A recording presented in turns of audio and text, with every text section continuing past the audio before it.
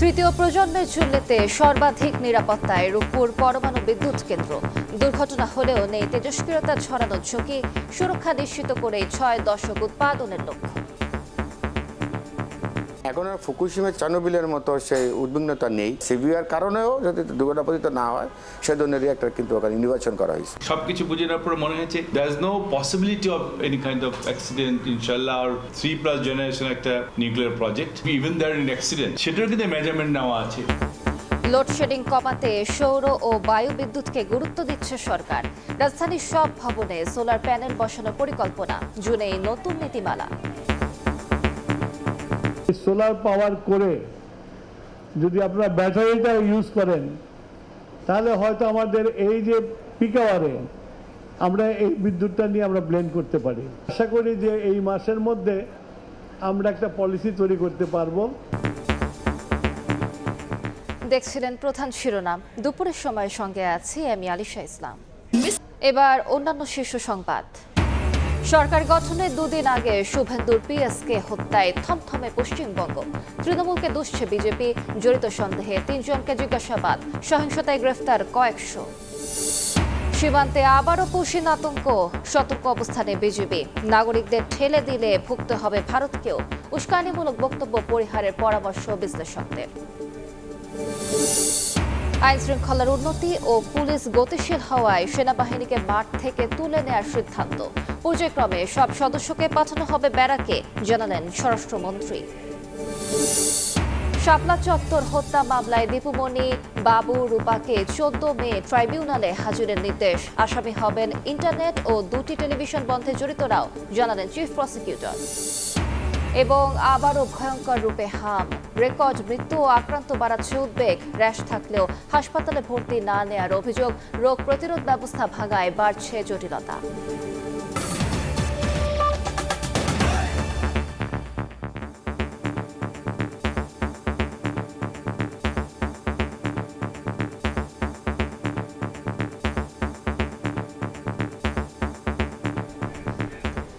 এমনিতে স্পর্শকাতর পরমাণু থেকে বিদ্যুৎ উৎপাদন, তার উপর বাংলাদেশ একেবারেই নবাগত। তাই কেমন হবে রূপপুর পারমাণবিক কেন্দ্রের নিরাপত্তা, তা নিয়ে আছে নানা জল্পনা। তবে পরমাণু বিজ্ঞানী ও নীতি নির্ধারকরা বলছেন 3+ জেনারেশন প্রযুক্তির হওয়ায় রূপপুর পারমাণবিক বিদ্যুৎ কেন্দ্রে রয়েছে সর্বাধুনিক নিরাপত্তা ব্যবস্থা। ফলে চেরনোবিল, ফুকুশিমার মতো ঝুঁকি নেই রূপপুরে। প্রকল্প এলাকা ঘুরে এসে ফারুক ভাইয়া রবিনের রিপোর্ট, ছবি তুলেছেন আল মামুন। পারমাণবিক জ্বালানি ইউরেনিয়াম লোডিংয়ের মধ্য দিয়ে রূপপুর প্রবেশ করেছে অপারেশনাল স্টেজ বা বিদ্যুৎ উৎপাদন প্রক্রিয়ায়। তবে অন্য যে কোনো বিদ্যুৎ কেন্দ্রের তুলনায় পারমাণবিক বিদ্যুৎ উৎপাদনকে বেশ স্পর্শকাতর বিবেচনা করা হয়। তার উপর আছে চেরনোবিল, ফুকুশিমা দুর্ঘটনার মতো ভয়াবহ কিছু নজির। এ অবস্থায় স্বাভাবিকভাবেই প্রশ্ন উঠতে পারে, কতটা নিরাপদ হবে রূপপুর থেকে পারমাণবিক বিদ্যুৎ উৎপাদন। তবে পরমাণু গবেষক ও বিশেষজ্ঞরা বলছেন, রূপপুরে VVER 1200 রিঅ্যাক্টর স্থাপন করা হয়েছে, তাতে বড় দুর্ঘটনার ঝুঁকি এড়ানো সম্ভব। এখন আর ফুকুশিমা চার্নোবিলের মতো সেই উদ্বিগ্নতা নেই, কারণ প্রযুক্তির অনেক উন্নতি সাধন হয়েছে। ওগুলো তো আসলে 70-এর ডিজাইন, আর আমাদের হলো 2015 সালের ডিজাইন। সিভিয়ার কারণেও যদি দুর্ঘটনাপতিত না হয় সে ধরনের রিঅ্যাক্টর কিন্তু ওখানে নির্বাচন করা হয়েছে। এটি রূপপুর পারমাণবিক বিদ্যুৎ কেন্দ্রের রিঅ্যাক্টর ভবন, যেখানে নিশ্চিত করা হয়েছে কয়েক স্তরের নিরাপত্তা ব্যবস্থা, যার উপর ভর করে শান্তিপূর্ণ উপায়ে নিরাপদে দশকের পর দশক ধরে পরমাণু থেকে বিদ্যুৎ উৎপাদন করতে চায় বাংলাদেশ। রুশ নির্মাতা প্রতিষ্ঠান রোসাটম বলছে, 5 স্তরের নিরাপত্তায় মোড়ানো রূপপুরের পারমাণবিক চুল্লি থেকে বাইরে তেজস্ক্রিয়তা ছড়ানোর কোনো ঝুঁকি নেই। এমনকি গাঁথনিক দিক থেকে কেন্দ্রটি এতই মজবুত যে শক্তিশালী ঘূর্ণিঝড়, 8 মাত্রার ভূমিকম্প, বন্যার মতো প্রাকৃতিক দুর্যোগ কিংবা বিমান আক্রমণেও সুরক্ষিত থাকবে রূপপুর। আন্তর্জাতিক মানদণ্ডের সঙ্গে পুরোপুরি সঙ্গতি রাখা হয়েছে রূপপুর পারমাণবিক বিদ্যুৎ কেন্দ্রে, যেখানে রয়েছে কয়েক স্তরের অত্যাধুনিক সুরক্ষা ও দুর্ঘটনা প্রতিরোধ ব্যবস্থা। নীতি নির্ধারকরা বলছেন, সব ধরনের সুরক্ষা নিশ্চিত করেই অন্তত 6 দশক রূপপুর থেকে বিদ্যুৎ উৎপাদন সম্ভব। There is no possibility of any kind of accident ইনশাআল্লাহ। আর 3+ জেনারেশন একটা nuclear project, even there in accident, সেটার কিন্তু মেজারমেন্ট নেওয়া আছে। এবং সেই মেজারমেন্টটাও উইদাউট এনি মানে কি বলবো ড্যামেজিং আশেপাশে যা থাকবে আল্লাহ চাহে তো ওরকম কোনো ইয়ে হবে না। তবে বিশেষজ্ঞরা মনে করেন প্রযুক্তিগত দিক থেকে রূপপুর অত্যাধুনিক মানের হলেও যথাযথ নিরাপত্তা নিশ্চিতে পরিচালনগত ব্যবস্থাপনাও সমান গুরুত্বপূর্ণ। উন্নত মানের যন্ত্র স্থাপন করা হয়েছে, এটা সেফটি সিস্টেম অনেক উন্নত হয়েছে, কিন্তু ব্যবস্থাপনা যদি ঠিকভাবে না হয় এটা চালানোরও কিন্তু খুব কঠিন হবে, চ্যালেঞ্জ হবে, এবং এতে যদি অর্থনৈতিক ঝুঁকি কিন্তু ভয়াবহ রকম হতে হবে। আগস্টে জাতীয় গ্রিডে রূপপুরের 300 মেগাওয়াট বিদ্যুৎ যুক্ত হওয়ার কথা। ধাপে ধাপে আগামী বছরের শেষ নাগাদ 2400 মেগাওয়াট ক্ষমতার রূপপুরকে পূর্ণ সক্ষমতায় উৎপাদনে আনতে চান নীতি নির্ধারকরা। ফারুক ভিয়া, রবিন, সময় সংবাদ, ঢাকা। বিদ্যুতের বিকল্প হিসেবে নবায়নযোগ্য জ্বালানির বিস্তার ঘটাতে চায় সরকার। এজন্য সৌর ও বায়ুবিদ্যুতের ব্যবহার বাড়াতে এ মাসেই নীতিমালা প্রণয়ন করে তা জুন নাগাদ সংসদে উত্থাপনের প্রস্তুতি নেওয়া হচ্ছে। রাজধানীতে এক প্রদর্শনী উদ্বোধন করে বিদ্যুৎ ও জ্বালানি মন্ত্রী আরও বলেন, ঢাকার প্রতিটি ভবন সোলার প্যানেলের আওতায় নিয়ে আসা হবে। মধ্যপ্রাচ্যে যুদ্ধ ও সংঘাতে সরবরাহ ব্যাহত এবং সার্বিক সংকটের প্রেক্ষাপটে আলোচনায় প্রাধান্য পাচ্ছে নবায়নযোগ্য জ্বালানি। প্রথাগত বিদ্যুতের পাশাপাশি বাসাবাড়িতে সোলার হোম সিস্টেমের সীমিত ব্যবহার এবার আরও সম্প্রসারিত করতে চায় বিএনপি সরকার। বাংলাদেশ চীন মৈত্রী সম্মেলন কেন্দ্রে আয়োজিত 3 দিনব্যাপী 15তম আন্তর্জাতিক Bangladesh infrastructure innovation and development এক্সপোতেও উঠে এলো সেই প্রসঙ্গ। প্রদর্শনী উদ্বোধন করে বিদ্যুৎ, জ্বালানি ও খনিজ সম্পদ মন্ত্রী ইকবাল হাসান মাহমুদ বলেছেন, নবায়নযোগ্য জ্বালানি খাতে দেশ অনেক পিছিয়ে। জানান, সৌর ও বায়ুবিদ্যুতের ব্যবহার বাড়াতে সরকার নীতিগত সহায়তা দিতে প্রস্তুত। এটা কনভিন্স হয়ে গেছি যে আমাদের দেশ রেডি সোলারে যাওয়ার জন্য। আমি আশা করি যে এই মাসের মধ্যে আমরা একটা পলিসি তৈরি করতে পারবো এবং জুন মাসের মধ্যে আমরা ক্যাবিনেট অ্যাপ্রুভ করে এটাকে সরকারি আদেশ হিসাবে আমরা ছাড়তে পারবো। আমরা আগামী 5 বছরে 10,000 মেগাওয়াটে উন্নতি করতে পারি। বিএনপি সরকার সৌর বিদ্যুতের বিপ্লব ঘটাতে চায় উল্লেখ করে মন্ত্রী বলেন, নগরীর প্রতিটি বাসভবন সোলারের আওতায় নিয়ে আসা হবে। ঢাকা শহরে যদি আপনারা প্রত্যেকটা হাউস হোল্ডকে যদি আমরা এই সোলারের আওতায় নিয়ে আসতে পারি এবং প্রাইভেট এন্টারপ্রেনারদেরকে যদি দেই, তাহলে আমি মনে করি যে আমার ঢাকার যে লোডটা আছে অনেক লোড কমে যাবে। অনুষ্ঠান শেষে বিদ্যুতের দাম বাড়ছে কিনা সাংবাদিকদের এ প্রশ্নের কোনো জবাব দেননি বিদ্যুৎ ও জ্বালানি মন্ত্রী। আমি আমার উত্তর দিয়ে দিয়েছি, বলছি বাড়লে তখন প্রশ্ন করে, এখনো তো বাড়ে নাই। কাউসারা চৌধুরী, কুমু, সময় সংবাদ, ঢাকা। প্রধানমন্ত্রীর সঙ্গে সাক্ষাৎ করেছেন বাংলাদেশ ওয়াকফ প্রশাসক। সকালে সচিবালয়ে প্রধানমন্ত্রীর সঙ্গে সাক্ষাৎ করেন ওয়াকফ প্রশাসক শাফিজ উদ্দিন আহমেদ। এ সময় উপস্থিত ছিলেন ধর্মমন্ত্রী শাহ মোফাজ্জল হোসেন কায়কোবাদ, সংসদ সদস্য শামীম কায়সার লিঙ্কন এবং ধর্ম সচিব মুন্সি আলাউদ্দিন আল আজাদ। এদিকে প্রধানমন্ত্রীর সঙ্গে বৈঠক করেছেন টিআইবির নির্বাহী পরিচালক ডক্টর ইফতেখারুজ্জামান। বলেন, 2028 সালে আন্তর্জাতিক দুর্নীতি বিরোধী কনফারেন্স আয়োজন করতে চায় বাংলাদেশ। প্রধানমন্ত্রীকে দুদক পুনর্গঠনের আহ্বান জানিয়েছেন বলেও জানান তিনি।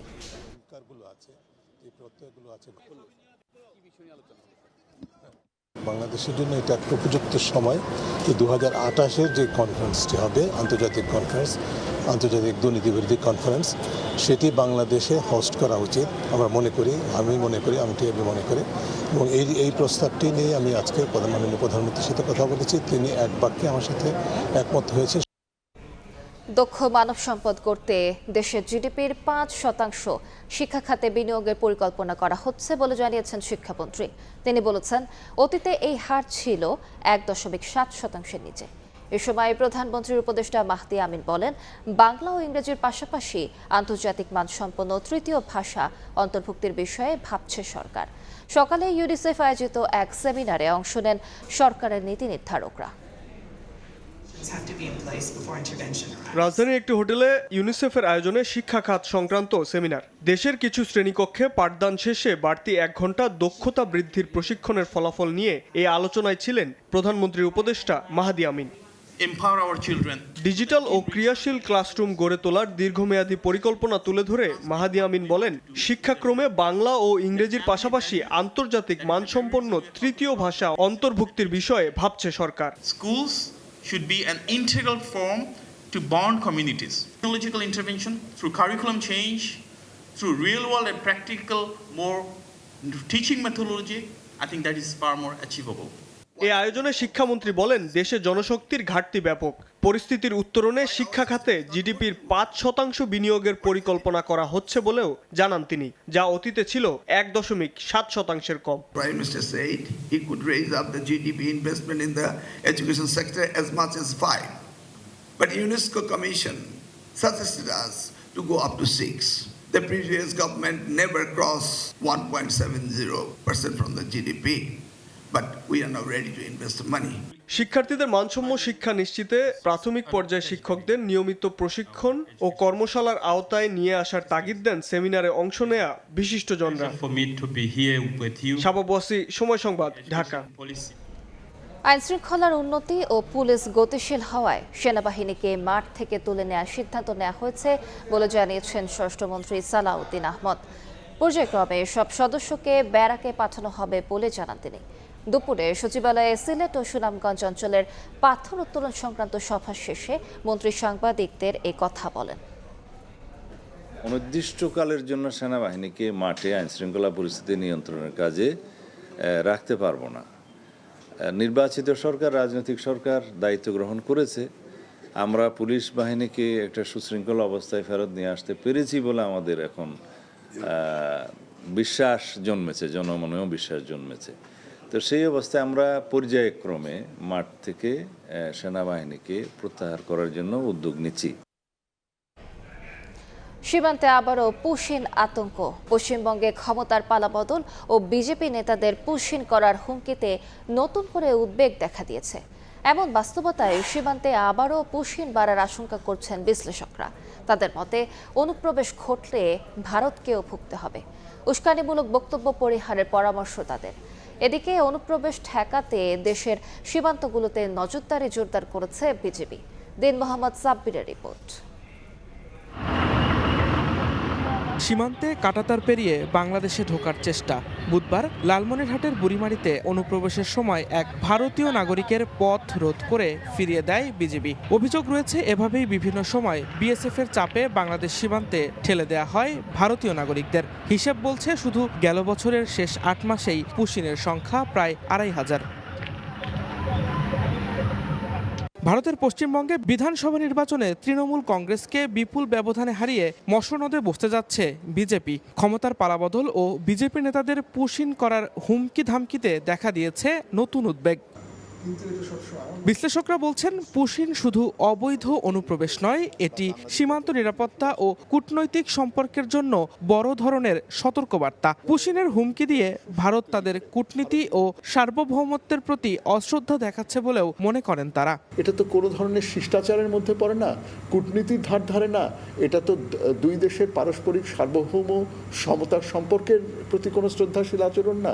বিশ্লেষকদের মতে, সীমান্ত অস্থিতিশীল হলে শুধু বাংলাদেশ নয়, ভারতকেও এর নেতিবাচক পরিণতি ভোগ করতে হবে। ভারতের জনগণের সাথে আমাদের যে সম্পর্ক, ভারত রাষ্ট্র হিসেবে তার সাথে আমাদের যে বন্ধুত্বপূর্ণ সম্পর্ক, সেই দাবির নিরিখে আমরা চাইব যে আমাদের সীমান্ত, যেটা ভারত বাংলাদেশ দুই পক্ষেরই প্রয়োজন, সেটা স্থিতিশীল থাকুক। আমাদের দুই প্রান্তের যে মানুষ রয়েছে, জনগণের মধ্যে সম্পর্কের ভিত্তিটা আরও দৃঢ় হোক। এদিকে সম্ভাব্য অবৈধ অনুপ্রবেশ ঠেকাতে দেশের সীমান্তগুলোতে নজরদারি জোরদার করেছে বর্ডার গার্ড বাংলাদেশ। দিন মোহাম্মদ সাব্বির, সময় সংবাদ, ঢাকা। সরকার গঠনের 2 দিন আগে বিজেপি নেতা শুভেন্দু অধিকারীর ব্যক্তিগত সহকারীকে হত্যার ঘটনায় থমথমে ভারতের পশ্চিমবঙ্গ। এরই মধ্যে হত্যায় জড়িত সন্দেহে 3 জনকে জিজ্ঞাসাবাদ করেছে পুলিশ। রাজ্যের বিভিন্ন জায়গায় বিজেপি ও তৃণমূল সমর্থকদের মধ্যে সংঘর্ষের পাশাপাশি বাড়িঘর ভাঙচুরের খবরও পাওয়া গেছে। নির্বাচন পরবর্তী সহিংসতার ঘটনায় কয়েকশো ব্যক্তিকে গ্রেফতারের কথা জানিয়েছে পুলিশ। বিস্তারিত জানাচ্ছেন সুব্রত আচার্য।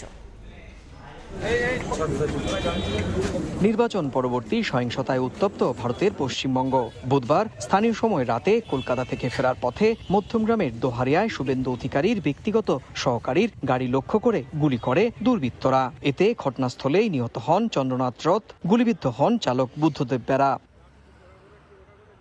এই ঘটনার পর রাজ্য জুড়ে থমথমে পরিস্থিতি বিরাজ করছে। হামলায় জড়িতদের ধরতে চলছে সাঁড়াশি অভিযান। এরই মধ্যে তদন্ত শুরু করেছে পুলিশ।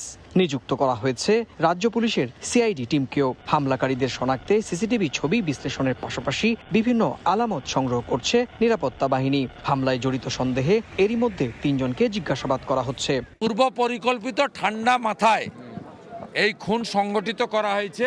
গত 2-3 দিন ধরে রেকি করে একটি ফলস নাম্বার প্লেট লাগানো গাড়ি নিয়ে এটা করা হয়েছে। শুভেন্দু অধিকারীর ব্যক্তিগত সহকারী হত্যার ঘটনায় বিজেপির সন্দেহের তীর মমতার দলের দিকে। তবে তৃণমূল এই হত্যাকাণ্ডের তীব্র নিন্দা জানিয়েছে। নির্বাচন পরবর্তী সব হত্যার ঘটনার তদন্তের আহ্বানও জানিয়েছে দলটি। এদিকে বিধানসভা নির্বাচনের ফল ঘোষণার পর থেকেই রাজ্যের বিভিন্ন জায়গায় বিজেপি ও তৃণমূল কর্মীদের মধ্যে সংঘর্ষের খবর পাওয়া গেছে। পশ্চিম বর্ধমানে তৃণমূলের পার্টি অফিসে ভাঙচুর করা হয়। প্রাণহানির পাশাপাশি বাড়িঘরেও চলছে হামলা ভাঙচুর। 15 বছর মানুষকে যারা অত্যাচার করেছে, আমাদের উপরে যে অত্যাচার খুন খারাপি করেছে, সেই মানুষের মধ্যে কিছু ক্ষোভ আছে, এটা বেরিয়ে গেছে। কোনো হিংসা অত্যাচার চলবে না। রাজনৈতিক সহিংসতার ঘটনায় এরই মধ্যে কয়েকশো ব্যক্তিকে গ্রেপ্তারের কথা জানিয়েছে পুলিশ। রাজ্য জুড়ে চলা সহিংসতা থামাতে মোতায়েন করা হয়েছে বিপুল সংখ্যক কেন্দ্রীয় বাহিনী। এদিকে পশ্চিমবঙ্গে প্রথমবার সরকার গড়তে চলেছে বিজেপি। বিধানসভায় দলনেতা ঠিক করতে দফায় দফায় চলছে বৈঠকও। পশ্চিমবঙ্গের মুখ্যমন্ত্রী পদে সবচেয়ে বেশি আলোচনায় শুভেন্দু অধিকারী। রাজ্যের গত কয়েক বছর ধরে তিনি বিজেপির প্রধান মুখ। ভবানীপুরে মমতাকে হারানোর পর তার মুখ্যমন্ত্রীর এই দাবি আরও জোরালো হয়েছে। সুব্রত আচার্য, সময় সংবাদ, পশ্চিমবঙ্গ, ভারত। এ বিষয়ে বিস্তারিত জানাতে কলকাতায় আছেন সহকর্মী সুব্রত আচার্য। যাচ্ছি তার কাছে। সুব্রত, দেখুন, আমি এই মুহূর্তে দাঁড়িয়ে রয়েছি ক্রাইম সিনে। আপনি জানেন যে গতকাল রাত যখন স্থানীয় সময় 10:09 ঠিক তখনই চন্দ্রনাথ রথ তিনি কিন্তু এই পেছনের ওই দেখা যাচ্ছে যে ক্রাইম সিনের পরে যে হলুদ বিল্ডিংটি, সেটি হচ্ছে তার বাড়ি। সেখানে তিনি সস্ত্রীক সেখানে থাকেন। তার গাড়ি যখন এখানে গুড়ি গুড়ি বৃষ্টি চলছিল, যখন গাড়িটি এখান থেকে ক্রস করছিল, ঠিক সেই সময়ে গাড়ির সামনে একটি ছোট গাড়ি, তার যে স্করপিও গাড়ি ছিল, তাকে গতিরোধ করে এবং তারপর ঠিক গাড়িটি এখানে দাঁড়ায়। এখানে দাঁড়ানোর পর ওইদিকে একটি বাইক, ওইদিকে একটি মোটরসাইকেল এবং এইদিকে একটি মোটরসাইকেল, এই দুটো মোটরসাইকেল থেকে তাকে পরপর গুলি করা হয় এবং গুলি করার পর গাড়ির গ্লাস ভেঙে ওখানে চুরমার হয়ে পড়ে এবং তারপর কিন্তু তিনি লুটিয়ে পড়েন। তারপর তাকে এখান থেকে 1/2 কিলোমিটার দূরে হাসপাতাল, একটি বেসরকারি হাসপাতাল, সেখানে নিয়ে যাওয়া হলে চিকিৎসকরা তাকে মৃত ঘোষণা করেন। আজকে এই মৃত্যুকে ঘিরে রাজ্য রাজনীতি তোলপাড় হয়ে যাচ্ছে। আপনি জানেন যে এখনো রাজ্যে কোনো সরকার নেই। এই মুহূর্তে কিন্তু নির্বাচন কমিশনের আওতায় রয়েছে গোটা রাজ্যের পুলিশ প্রশাসন এবং সামগ্রিক সিস্টেম। সেখানে দাঁড়িয়ে এই নির্বাচনের ফলাফল উত্তর যে সহিংসতার ঘটনা ঘটছে, তাতে কিন্তু রাজ্যের প্রশাসন এবং সাধারণ মানুষ যারা লম্বা লাইনে দাঁড়িয়ে ভোট দিয়েছেন, তারা কিন্তু গভীরভাবে উদ্বিগ্ন হয়ে পড়েছেন। এই চন্দ্রনাথ রথ শুধু তিনি যে নিহত হয়েছেন, এরপর তার যে চালক বুদ্ধদেব বেড়া, তিনিও কিন্তু মৃত্যুর সঙ্গে পাঞ্জা লড়ছেন। কলকাতার একটি বেসরকারি হাসপাতালে ভর্তি রয়েছে। এই ঘটনায় পুলিশ উচ্চপদস্থ যেমন সিআইডি যেমন টিম তদন্ত করেছেন, গতকাল ফরেনসিকের দল এসেছিলেন, ঘটনাস্থল থেকে নমুনা নিয়েছেন এবং এই সঙ্গে কিন্তু স্পেশাল ইনভেস্টিগেশন টিম সিআইটি বা সিট গঠন করা হয়েছে। সেটি কিন্তু জোর কদমে তদন্ত এগিয়ে চলছে এবং আশেপাশে যে সিসিটিভি ফুটেজ রয়েছে সেগুলো শনাক্ত করে ও যার সন্দেহভাজন কয়েককে কিন্তু ইতিমধ্যেই জিজ্ঞাসাবাদ করা হচ্ছে এবং ক্লু খুঁজে পাওয়ার চেষ্টা করছে তদন্তকারী দল। এই ছিল আমার কাছে পশ্চিমবঙ্গে ফলাফলের পর এই রাজনৈতিক সহিংসতার একেবারে শেষ বলি শুভেন্দু অধিকারীর আত্মসহায়ককে খুন করার আমার কাছে থাকা এই সংক্রান্ত সবশেষ তথ্য। সরাসরি যুক্ত ছিলাম কলকাতায়। দুপুরের সময় আরো থাকছে নতুন কৌশলে ছিনতাই। একদল লুটে নেওয়ার পর টাকার বিনিময়ে ফিরিয়ে দেওয়ার প্রস্তাব আরেক দলের। রাজধানীর আদাবরে ইউসুফ গ্যাংয়ের প্রধান সহ পুলিশের জালে 5 জন।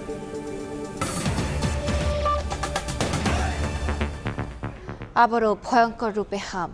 রেকর্ড মৃত্যু ও আক্রান্ত বাড়াচ্ছে উদ্বেগ।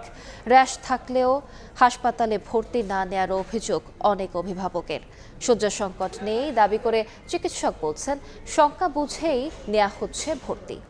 রোগ প্রতিরোধ ব্যবস্থা ভেঙে পড়ায় জটিলতা বাড়ছে বলে জানিয়েছেন জনস্বাস্থ্য বিশেষজ্ঞ। 2 মাসও কমেনি হামের প্রাদুর্ভাব। হাসপাতালে প্রতিদিনই আউটডোরে ভিড় বাড়ছে রোগীর স্বজনদের। মহাখালী ডেডিকেটেড হাসপাতালের বহির্বিভাগে উদ্বিগ্ন স্বজনদের অপেক্ষা। খাওয়া বন্ধ হয়ে যাওয়া, লাল র্যাশ, বমিসহ নানা উপসর্গ নিয়ে হাসপাতালে আসলেও ভর্তি নেওয়া হচ্ছে না বলে অভিযোগ অভিভাবকদের। আমি বলছি তাহলে একটু ভর্তি করানো যাবে, বলছে না এখন ভর্তি করানো যাবে না, যখন অতিরিক্ত বমি হবে, যখন অতিরিক্ত বাথরুম হবে তখন ভর্তি করানো লাগবে। এক হাসপাতাল থেকে আরেক হাসপাতালে ছোটাছুটি করায় অবস্থার অবনতি হচ্ছে বলেও জানান তারা। বাসাতে ট্রিটমেন্ট করতেছি তো আগে থেকে, কিন্তু কোনোভাবে তো উন্নতি হচ্ছে না। এখন তো বাচ্চার অবস্থা অনেক খারাপ, খেতে পারতেছে না, খাইলে রক্ত আসতেছে গাল দিয়ে। হাসপাতাল কর্তৃপক্ষ বলছে শয্যা সংকট নেই, তবে শারীরিক জটিলতা বুঝেই নেওয়া হচ্ছে ভর্তি। ভর্তি নেওয়ার কোনো কারণ নেই, সিট আমাদের আছে, আমাদের লোকবল এবং সবকিছু নিয়ে আমরা রেডি আছি। ক্লিনিক্যালি নিশ্চিত না, হয়তো সিমটম দেখে তাদেরকে তো আমরা ভর্তি দিব না। জনস্বাস্থ্য বিশেষজ্ঞ বলছেন টিকার ঘাটতির কারণে শিশুর শরীরে প্রতিরোধ ক্ষমতা কমে যাওয়ায় বাড়ছে জটিলতা।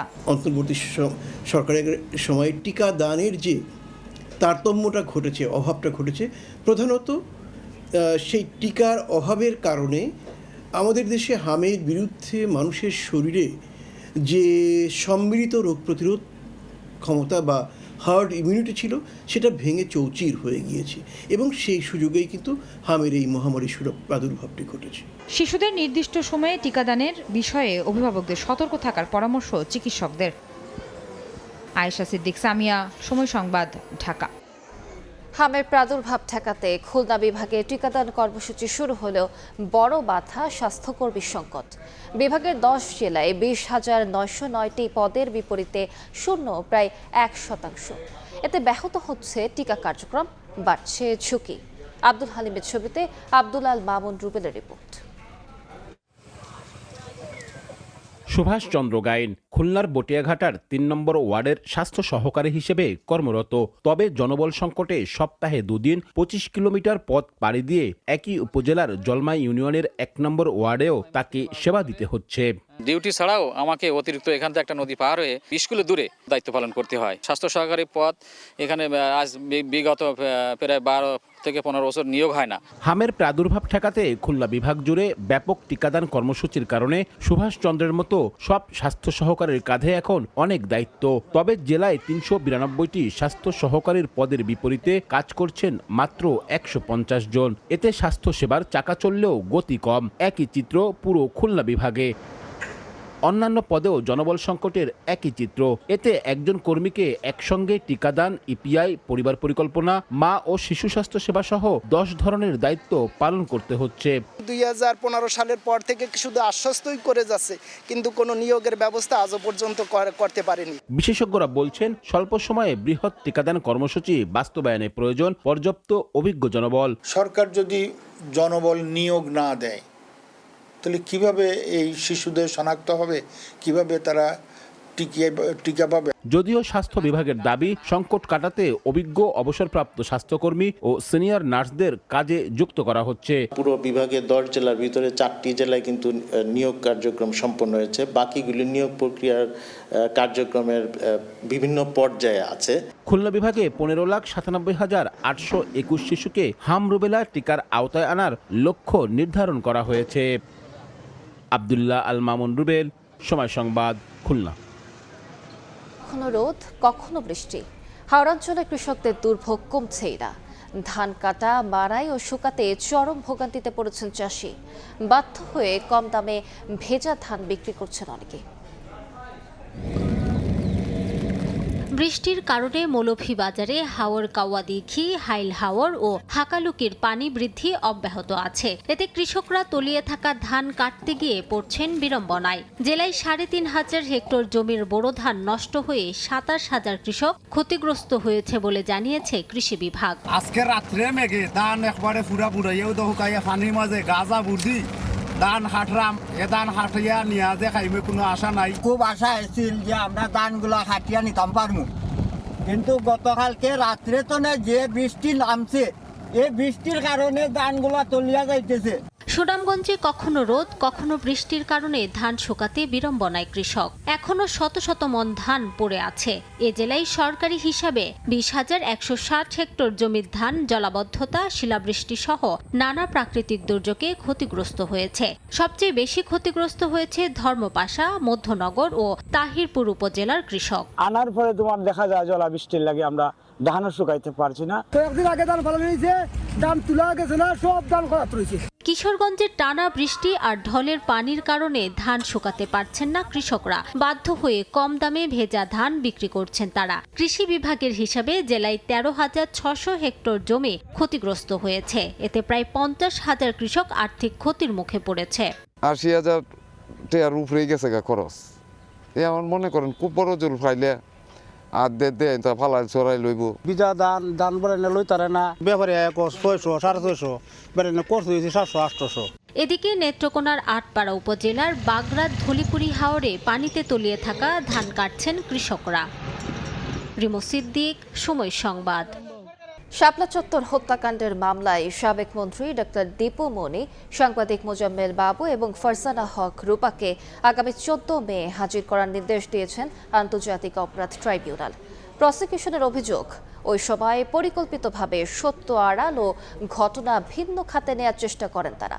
5 মে ইন্টারনেট ও টেলিভিশন স্টেশন বন্ধ সহ যারা বিভিন্ন বিতর্কিত ভূমিকায় ছিলেন তাদের প্রত্যেককেই বিচারের আওতায় আনার কথা জানান চিফ প্রসিকিউটর।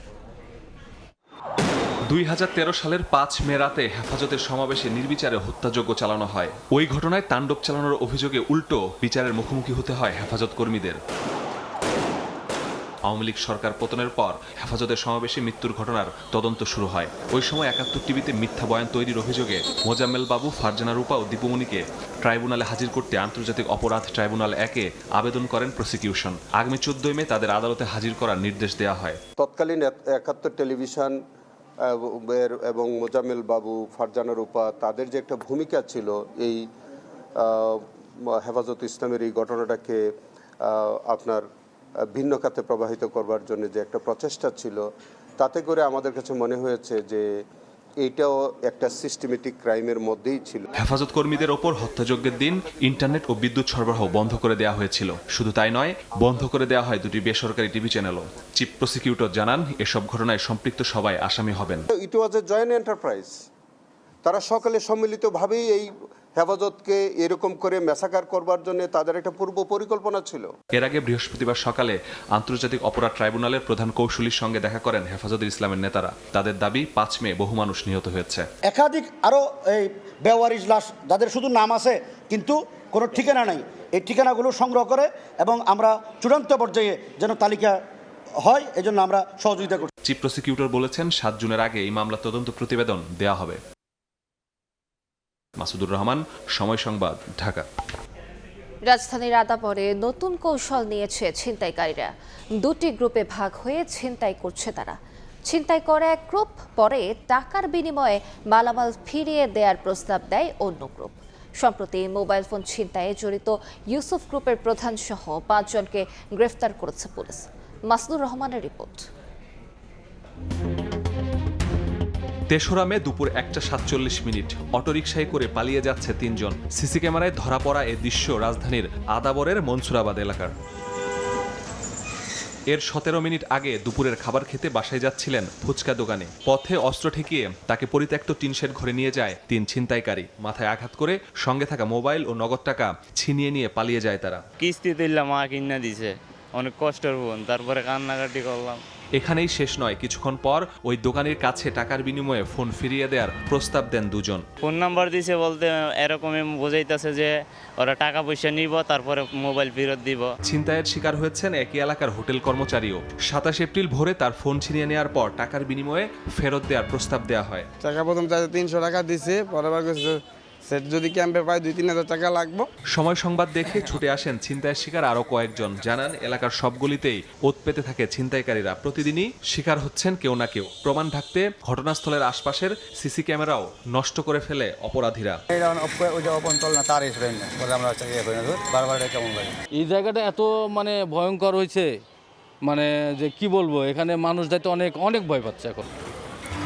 রাজধানীর আদাবরের মনসুরাবাদের পরিত্যক্ত এই টিনশেডটি অপরাধীদের আস্তানায় পরিণত হয়েছে। এখানে একদিকে চলে মাদক সেবন, অন্যদিকে অপরাধ কার্যক্রম। দিন কিংবা রাত যারা এদিক দিয়ে চলাফেরা করতে যায় তাদেরই অস্ত্রের মুখে জিম্মি করে এখানে এনে সর্বস্ব লুটে নেওয়া হয়। এসব একের পর এক ঘটনায় অতিষ্ঠ এই এলাকার লোকজন সবাই এর সমাধান চান। একের পর এক ছিনতাইয়ের ঘটনায় তৎপর পুলিশও। ধরা পড়েছে ফুচকা বিক্রেতার ফোন ছিনতাইয়ে জড়িত 5 জন। গ্রেফতার ইউসুফের নেতৃত্বে ছিনতাই ও টাকার বিনিময়ে ফোন ফিরিয়ে দেওয়ার কাজ করে দলটি। তাৎক্ষণিক অভিযান চালিয়ে তার মোবাইলটি উদ্ধার করেছি। 4 জন যে ছিনতাইকারী তাদেরকেও আইনের আওতায় এনেছি এবং এখন মামলাটি হলে আমরা তদন্ত আরও গভীরে যাব। চক্রের বাকি সদস্য সহ সক্রিয় অন্য গ্রুপের অপরাধীদের ধরতে অভিযানে পুলিশ। মাসুদুর রহমান, সময় সংবাদ, ঢাকা। দেশের 4 জেলায় 4 খুনের ঘটনা ঘটেছে। খাগড়াছড়িতে গণতান্ত্রিক ইউপিডিএফ সদস্যকে গুলি করে হত্যা করেছে দুর্বৃত্তরা। যশোরে ঘর ভাড়া না দেয়ায় এক ব্যবসায়ীকে কুপিয়ে হত্যার অভিযোগ উঠেছে। নওগাঁয় বিয়ের মাস না যেতেই যৌতুকের বলি হলেন এক নববধূ। এদিকে বাগেরহাটে জুস খাওয়াকে কেন্দ্র করে এক দোকানিকে কুপিয়ে হত্যা করেছে ক্রেতা।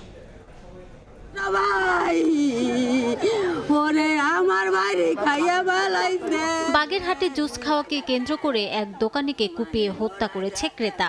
পুলিশ জানায় সকালে চিতলমারির হিজলা গ্রামে এক ক্রেতা মুজাহিদের দোকান থেকে একটি জুস কেনেন। হাতে নিয়ে ভালো না বললে দোকানি জুসটি খেয়ে তাকে জানান খারাপ না। এ সময় ক্রেতা ক্ষিপ্ত হয়ে হাতে থাকা আশুরা দিয়ে তার গলায় কোপ দেয়। গুরুতর অবস্থায় তাকে উপজেলা স্বাস্থ্য কেন্দ্রে নিয়ে গেলে চিকিৎসক মৃত ঘোষণা করে। আমার চাচার গেঞ্জি দোষে পাইছি দইরে কয় তুই কি জুস বেশি তুই একটু খেয়ে দে। আমি সরকারের কাছে চাই আর ফাঁসি।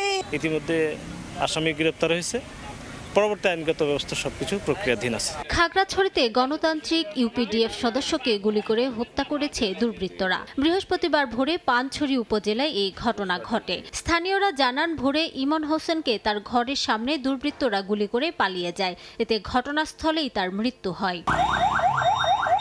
যশোরে ঘর ভাড়া না দেয়ায় এক ব্যবসায়ীকে কুপিয়ে হত্যা করা হয়েছে।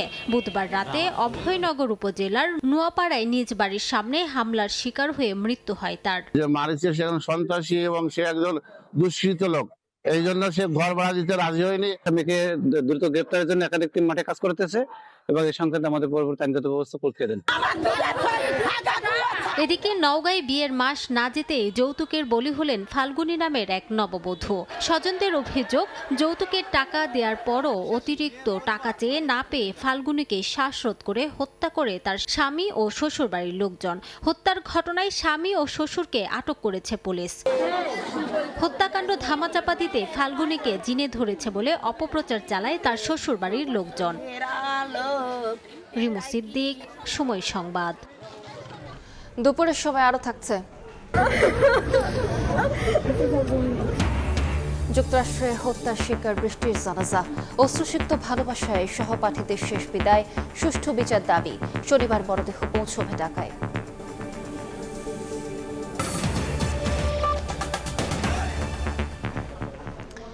আন্তর্জাতিক বিমানবন্দরের পাশাপাশি উত্তরাঞ্চলের প্রথম বিমান ঘাঁটি হতে যাচ্ছে বগুড়ায়। একই সঙ্গে স্থাপন করা হবে ফ্লাইং একাডেমিও, যেখানে সরকারি ও বেসরকারিভাবে শিক্ষার্থীরা পাইলট হিসেবে প্রশিক্ষণ নিতে পারবেন। বগুড়ায় ফ্লাইং ইনস্ট্রাক্টর স্কুল পরিদর্শন শেষে এ তথ্য জানান 3 মন্ত্রী ও প্রতিমন্ত্রী।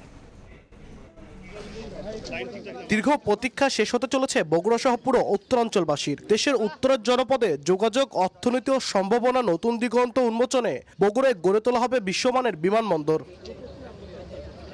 বগুড়া ফ্লাইং ইনস্ট্রাক্টর স্কুল পরিদর্শন শেষে বিমান বাহিনীর প্রধান air chief marshal Hasan Mahmud Khan বলেন, বগুড়ার কৌশলগত গুরুত্ব অনেক বেশি। সরকার দ্রুতই নতুন যুদ্ধ বিমান ক্রয় করবে, যা প্রথম উড্ডয়ন করবে বগুড়া থেকেই। এখানে আমরা চাই একটা অত্যাধুনিক বিমান ঘাঁটি প্রস্তুত করার জন্য, যেখানে আমাদের অত্যাধুনিক জঙ্গি বিমান আসবে অবশ্যই, এবং এই ব্যাপারেও আমাদের সরকারের অনেক আমাদেরকে সহযোগিতা করছে। উত্তরাঞ্চলে আন্তর্জাতিক বিমানবন্দর না থাকায় প্রধানমন্ত্রীর প্রতিশ্রুতি বাস্তবায়নে বগুড়াকে গুরুত্ব দেওয়া হচ্ছে জানিয়ে বিমানমন্ত্রী বলেন, উপযুক্ত পাইলট তৈরি করতে বগুড়ায় করা হবে ফ্লাইং একাডেমি। আন্তর্জাতিক বিমানবন্দরের পাশাপাশি আমরা যেটা এখন পরিকল্পনা নিয়েছি যে আমরা একটা ফ্লাইং একাডেমিটা চালাবো, কারণ আমাদের পাইলটের অনেক দরকার। পরিদর্শন করেন বিমান প্রতিমন্ত্রী এম রশিদুজ্জামান মিল্লাত। পুন্ড্র নগরীতে আন্তর্জাতিক বিমান ওঠানামার পাশাপাশি কার্গো বিমান উড্ডয়নের মধ্য দিয়ে এই অঞ্চলে কৃষিপণ্য, হালকা ও মাঝারি শিল্পপণ্য রপ্তানির নতুন দিক উন্মোচন হবে বলে জানান স্থানীয় সরকার, পল্লী উন্নয়ন ও সমবায় প্রতিমন্ত্রী।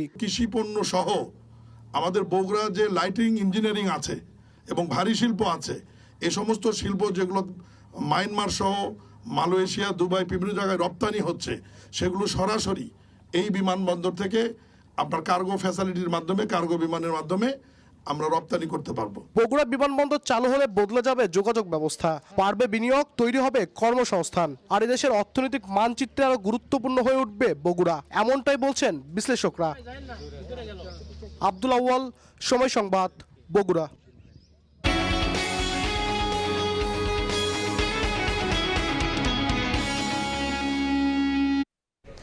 কোরবানির ঈদ সামনে রেখে বৈধ পথে মশলা আমদানি কমার পাশাপাশি দামেও ধস নেমেছে।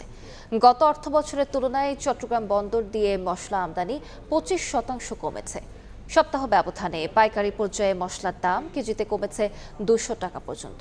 শাখাত টিপুর ক্যামেরায় বিস্তারিত জানাচ্ছেন কবলতে। গত সপ্তাহে পাইকারি পর্যায়ে প্রতি কেজি এলাচ 4100 টাকায় বিক্রি হলো, চলতি সপ্তাহে 200 টাকা কমে বিক্রি হচ্ছে 3900 টাকায়। একইভাবে সপ্তাহের ব্যবধানে লবঙ্গে 50 টাকা কমে 1300 টাকা, জিরা 530 টাকা এবং গোলমরিচ 1010 টাকায় বিক্রি হচ্ছে। একদিকে বাজারে যেমন মশলার দাম কমছে, অন্যদিকে চট্টগ্রাম বন্দর দিয়ে মশলা আমদানিতেও ধস নেমেছে। কস্টিং হয় একরকম, কিন্তু মাল বিক্রি হচ্ছে একরকম, তাহলে আপনি কতক্ষণ লোকসান দিয়ে আপনার ব্যবসাতে দাঁড়িয়ে থাকবেন।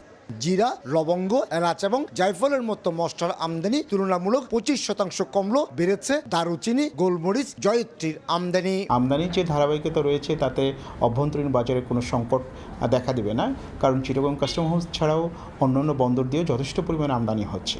আমদানিকারক এবং পাইকারি ব্যবসায়ীদের অভিযোগ, সীমান্ত দিয়ে চোরাই পথে মশলা আনার প্রবণতা বেড়ে যাওয়ায় আর্থিকভাবে ক্ষতির মুখে পড়ছেন তারা। এতে বিপুল রাজস্ব থেকে বঞ্চিত হচ্ছে সরকার। ইম্পোর্টারদের যে কস্টিংয়ে এখানে মাল আসে, এই কস্টিংয়ে সেই এখন বেলেগে মাল ঢোকার কারণে মশলাগুলো আমরা ওই বরাবরই কস্টিং রেটেও বেচতে পারতেছি না। এখন ইন্ডিয়া থেকে আমাদের এলসির মাধ্যমে মাল আসতেছে, এই কারণে মূলত কম আছে আর কি বাজার। ভারত থেকে স্থলবন্দর দিয়ে সবচেয়ে বেশি জিরা, গোলমরিচ এবং এলাচ আমদানি হয়। এছাড়া লবঙ্গ, দারুচিনি, জায়ফলের মতো মশলা ইন্দোনেশিয়া, চীন, ভিয়েতনাম থেকে আমদানি করা হয়। কোরবানের আরও অন্তত 1 মাস সময় থাকলেও বাজার সয়লাভ হয়ে গেছে বিদেশ থেকে আমদানি করা মশলায়। একই সাথে প্রতিবেশী দেশ ভারত থেকেও নানা পথে মশলা আসছে বাজারে, আর তাই দামও নিয়ন্ত্রণে রয়েছে, এমনটি বলছেন আমদানিকারক এবং পাইকারি ব্যবসায়ীরা। চট্টগ্রামের খাতুনগঞ্জ থেকে কমল দে, সময় সংবাদ। কোরবানির ঈদে বেশি লাভের আশায় গবাদি পশু পরিচর্যায় ব্যস্ত সময় পার করছেন কুষ্টিয়ার খামারিরা। গোখাদ্যের দাম বাড়ায় কাঙ্ক্ষিত দাম পাওয়া নিয়ে দুশ্চিন্তায় অনেকে। পশুপালনে সব ধরনের সহযোগিতার কথা জানিয়েছেন প্রাণী সম্পদ কর্মকর্তা। বাবুল হোসেনের ক্যামেরায় SM রাশেদের রিপোর্ট। কুষ্টিয়ায় প্রায় 20,000 খামারে কোরবানির ঈদকে সামনে রেখে 2 লাখ পশু পালন করছেন খামারিরা। বেশি দামের আশায় গবাদি পশুর যত্নে ব্যস্ত সময় পার করছেন তারা। সম্পূর্ণ সুষম খাবার দিয়ে গরুগুলো মোটাতাজাকরণ করা হচ্ছে বলে জানায় খামারি। গোখাদ্যের দাম বাড়ায় চলতি মৌসুমে পশুপালনে বেশি খরচ হচ্ছে কৃষকদের। গরুর সঠিক দাম না পেলে লোকসানে পড়ার শঙ্কা তাদের। আনুষঙ্গিক অন্যান্য সকল খাদ্যদ্রব্যের মূল্য অনেক বেশি, যে কারণে এবারে আমাদের প্রোডাকশন করতে যে পরিমাণ খরচ হচ্ছে সেই পরিমাণ বাজার আমরা এখনো দেখছি না। ইন্ডিয়ার গরু ঢুকে পড়ে খামারে লস হলে তো খামার বন্ধ হয়ে যাওয়ার সম্ভাবনা বেশি থাকে। আমরা বাজারটা পালে যাতে আমরা কিছু টাকা লাভবান হতে পারি, এটাই আমার চাওয়া। গরু পালনে নিয়মিত মনিটরিং করছে প্রাণী সম্পদ অধিদপ্তর। প্রতিবারের মতো এবারও আমাদের খামারিরা কুরবানির উদ্দেশ্যে তাদের গবাদি পশু লালন পালন করছেন সম্পূর্ণ দেশীয় খাবার খাইয়ে। আমাদের কুষ্টিয়া জেলায় আমরা আমাদের খামারিদেরকে সঠিক পদ্ধতিতে গবাদি পশু লালন পালনের জন্য আমরা তাদের পরামর্শ দিয়ে যাচ্ছি। রোগবালে বিভিন্ন ধরনের ভ্যাকসিনেশন যে ব্যবস্থা সেটি আমরা করছি। জেলা প্রাণী সম্পদ অফিসের তথ্য মতে জেলায় চাহিদা থেকে প্রায় 1 লাখ বেশি গরু পালন করেছে খামারিরা। SM রাশেদ, সময় সংবাদ, কুষ্টিয়া। রাশিয়া ও ইউক্রেনে মানব পাচারের অভিযোগে dream home travels and tours limited নামে একটি বাংলাদেশি প্রতিষ্ঠানের ওপর নিষেধাজ্ঞা জারি করেছে যুক্তরাজ্য। দেশটির সরকারি ওয়েবসাইটে এই নির্দেশনা জারি করা হয়। এতে বলা হয়, উচ্চ বেতন ও ভালো সুযোগ সুবিধার প্রলোভন দেখিয়ে নিরীহ বাংলাদেশিদের পাচারের মাধ্যমে ইউক্রেন রাশিয়া যুদ্ধক্ষেত্রে ঠেলে দেয় প্রতিষ্ঠানটি। নিষেধাজ্ঞার পাশাপাশি ড্রিম হোম ট্রাভেলসের বিদেশে থাকা সম্পদ ও অর্থ বাজেয়াপ্ত করা হবে বলেও জানানো হয়। অশ্রু আর ভালোবাসায় যুক্তরাষ্ট্রে হত্যার শিকার বাংলাদেশি শিক্ষার্থী নাহিদা সুলতানা বৃষ্টিকে বিদায় জানিয়েছেন সহপাঠীরা। ফ্লোরিডার ট্যাম্পায় তার জানাজায় অংশ নেন সর্বস্তরের মানুষ। 9 মে সকালে ঢাকায় পৌঁছবে বৃষ্টির মরদেহ। যুক্তরাষ্ট্র থেকে হাসানুজ্জামান সাকির রিপোর্ট। যুক্তরাষ্ট্রের ফ্লোরিডার ট্যাম্পায় বুধবার দুপুরে স্থানীয় মসজিদে এসে পৌঁছায় নৃশংসভাবে হত্যার শিকার বাংলাদেশি পিএইচডি শিক্ষার্থী নাহিদা সুলতানা বৃষ্টির মরদেহ। এ সময় মসজিদ প্রাঙ্গণে সৃষ্টি হয় শোকাবহ পরিবেশের। আল্লাহু আকবার। ইসলামিক সোসাইটিতে জানাজার নামাজ পড়ান খতিব ও ইমাম আরজান আহমেসুলা। প্রবাসী বাংলাদেশিরা ছাড়াও মুসলমান সহ বিভিন্ন কমিউনিটির নানা শ্রেণী পেশার শত শত মানুষ জানাজায় উপস্থিত ছিলেন। এ সময় কান্নায় ভেঙে পড়েন বৃষ্টির সহপাঠীরা। আবেগ আর ভালোবাসায় বৃষ্টিকে বিদায় জানান প্রবাসীরা। বৃষ্টির আত্মার মাগফিরাত কামনা করে দোয়ার আয়োজন করা হয়। খুবই কষ্টকর আমাদের জন্য। We have lost two of our very own. The entire process আমার জন্য খুবই দুঃখকর and সব কিছু মিলে আমরা ঠিকভাবে নেই, আমাদের ফাইনাল চলছে and we hopeful that এটা যেন কোনো একটা সিচুয়েশন আর কখনো না ঘটে।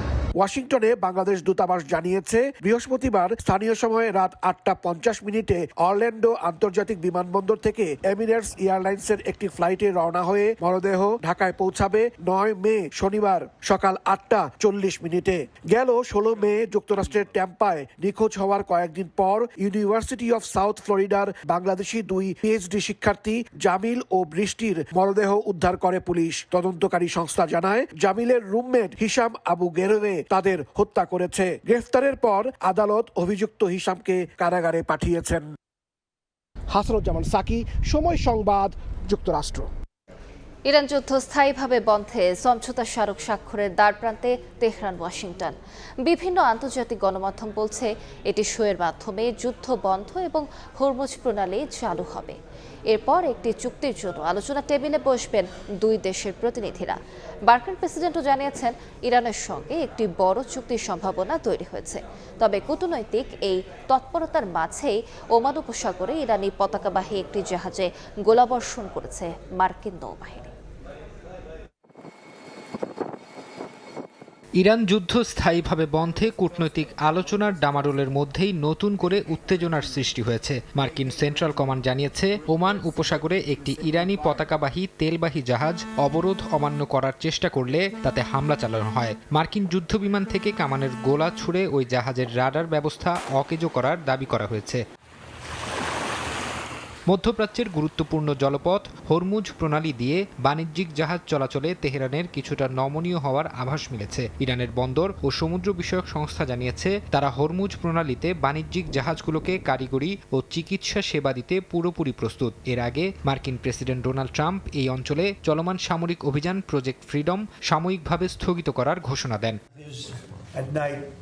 মার্কিন প্রেসিডেন্ট ডোনাল্ড ট্রাম্প ইরানের সাথে চুক্তির বিষয়ে নিজের ইতিবাচক অবস্থানের কথা জানিয়েছেন। তিনি বলেন, যে কোনো চুক্তির মূল শর্ত হবে ইরান কখনোই পারমাণবিক অস্ত্র তৈরি করতে পারবে না। এছাড়া ইরান থেকে সমৃদ্ধ ইউরেনিয়াম সরিয়ে নেওয়ার বিষয়েও কড়া বার্তা দেন তিনি।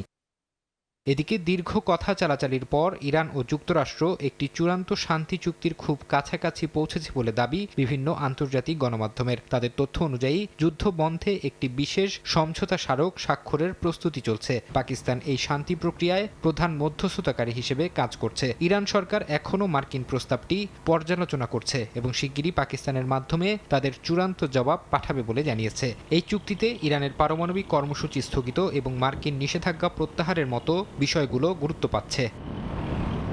ফারহাদ চৌধুরী, সময় সংবাদ। খেলার খবর, কাল শুরু হচ্ছে বাংলাদেশ পাকিস্তান টেস্ট সিরিজ। প্রথম ম্যাচ সামনে রেখে মিরপুরে শেষবারের মতো অনুশীলন করেছে বাংলাদেশ দল। চলতি বছরে প্রথমবারের মতো সাদা পোশাকে মাঠে নামবে দুদল। সিরিজ সামনে রেখে হোম অফ ক্রিকেটে হয়েছে ট্রফি উন্মোচন। উপস্থিত ছিলেন দুদলের অধিনায়ক। এর আগে সকাল 10টায় অনুশীলন শুরু করে বাংলাদেশ দল। প্রায় 3 ঘন্টা হেড কোচ ফিল সিমন্সের অধীনে নিজেদের ঝালিয়ে নেন ক্রিকেটাররা। কাল টেস্ট অভিষেক হতে পারে বাঁহাতি ওপেনার তানজিদ তামিমের। সেক্ষেত্রে জাতীয় দলের জার্সি গায়ে জড়ানোর অপেক্ষায় থাকবে অমিত হাসানের। গ্রিন টপ উইকেট হওয়ায় 3 পেসার নিয়ে বাংলাদেশের মাঠে নামার সম্ভাবনা প্রবল। নাহিদ রানার সঙ্গে পেস আক্রমণে দেখা যেতে পারে এবাদত শরীফুলকে। ম্যাচের আগে সংবাদ সম্মেলনে কথা বলেছেন টাইগার অধিনায়ক নাজমুল শান্ত। পাকিস্তানের চেয়ে নিজেদের পেস আক্রমণ শক্তিশালী হওয়ায় ম্যাচ জয়ে আশাবাদী অধিনায়ক। এ পর্যায়ে শীর্ষ সংবাদগুলো জানিয়ে দিচ্ছি আরেকবার। তৃতীয় প্রজন্মের চুল্লিতে সর্বাধিক নিরাপত্তায় পরমাণু বিদ্যুৎ কেন্দ্র, নেই তেজস্ক্রিয়তা ছড়ানোর ঝুঁকি, সৌর বায়ু বিদ্যুতের গুরুত্ব সরকারের জুনেই নীতিমালা। আইনশৃঙ্খলার উন্নতি ও পুলিশ গতিশীল হওয়ায় সেনাবাহিনীকে মাঠ থেকে তুলে নেয়ার সিদ্ধান্ত। পর্যায়ক্রমে সব সদস্যকে পাঠানো হবে ব্যারাকে, জানালেন স্বরাষ্ট্রমন্ত্রী। এবং সীমান্তে আবারও পুশিন আতঙ্ক, সতর্ক অবস্থানে বিজেপি। নাগরিকদের ঠেলে দিলে ভুগতে হবে ভারতকেও, উস্কানিমূলক বক্তব্য পরিহারের পরামর্শ বিশ্লেষকদের।